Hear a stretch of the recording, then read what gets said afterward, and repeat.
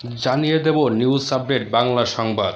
প্রিয় দর্শক, তার আগে অনুরোধ থাকবে আমাদের চ্যানেলটিকে সাবস্ক্রাইব করার জন্য এবং লাইক ও কমেন্ট করে এই সংবাদ সম্পর্কে জানিয়ে দিন আপনার মূল্যবান মতামত।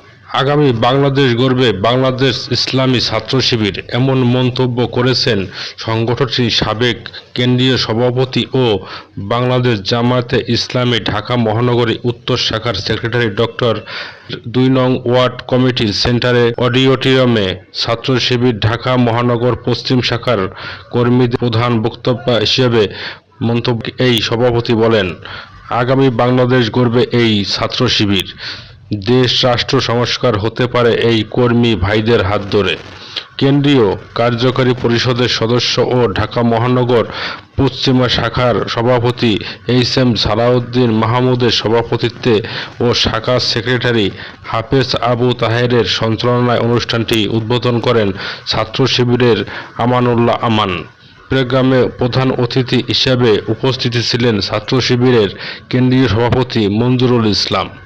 বিশেষ অতিথি হিসেবে উপস্থিত ছিলেন ছাত্র শিবিরের সাবেক কেন্দ্রীয় সভাপতি ইয়াসিন আরাফাত, ছাত্র শিবিরের কেন্দ্রীয় প্রচার সম্পাদক ডাক্তার সাদেক আবদুল্লাহ সহ অন্যান্য নেতারা।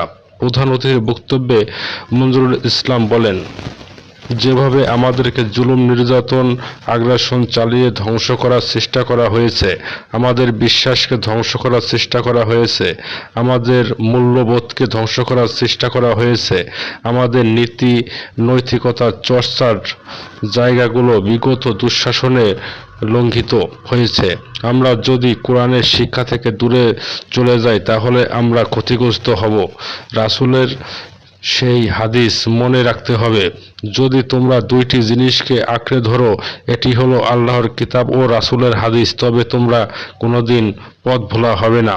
অর্থাৎ এর মাধ্যমে হিদায়াত এবং নসিহার পদ প্রদর্শিত হবে। কাজেই আমাদেরকে পথ দেখায় কোরআন, আমার পথ প্রদর্শক কোরআন। আমাদের দায়িত্ব হলো কোরআন অধ্যয়ন করা, কোরআন তিলাওয়াত করা, যাদের কোরআন তিলাওয়াত সমস্যা আছে এই সমস্যার সমাধান করা।